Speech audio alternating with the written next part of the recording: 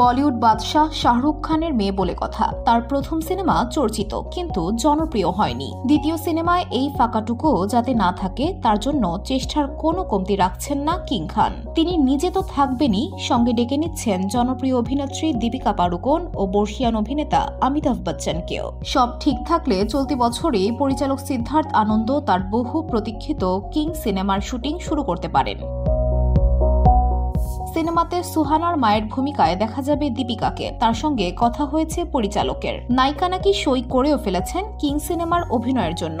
এ কথা গতকাল মঙ্গলবার সিদ্ধার্থ আনন্দ জানিয়েছেন। কিং সিনেমার চমক এখানেই শেষ নয়। এ সিনেমা একটি বিশেষ চরিত্রের জন্য ভাবা হয়েছে শাহেনশাহ অভিনেতা অমিতাভ বচ্চনকেও। বিগ বির সঙ্গেও নাকি কথা চলছে, তিনিও না করতে পারবেন না এমনই আশা পরিচালক প্রযোজকের। এরপরেই সিনেপাড়ায় গুঞ্জন ওঠে, তাহলে কি সুহানার স্বামীর ভূমিকায় অমিতাভ দৈহিত্র অগস্ত্যনন্দা? সুহানার প্রথম সিনেমা দ্য আর্চিসেও তিনি শাহরুখ কোনার বিপরীতে নায়ক ছিলেন। বাস্তবেও উভয়ের নাকি মন দেওয়া নেওয়ার পর্ব শেষ।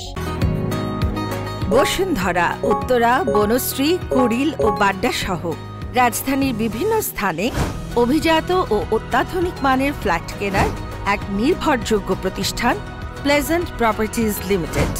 তাই আপনার স্বপ্নের আবাসনের জন্য আজই যোগাযোগ করুন। Pleasant Properties Limited, where destiny matches eventually.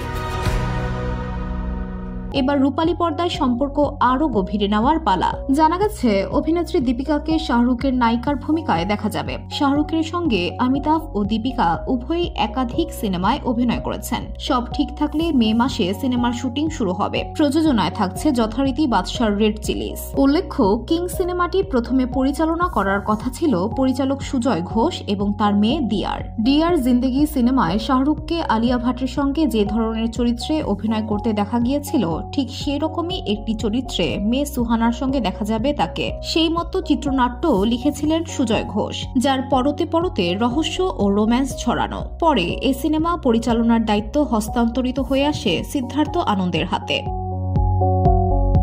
VOD Bangla news desk.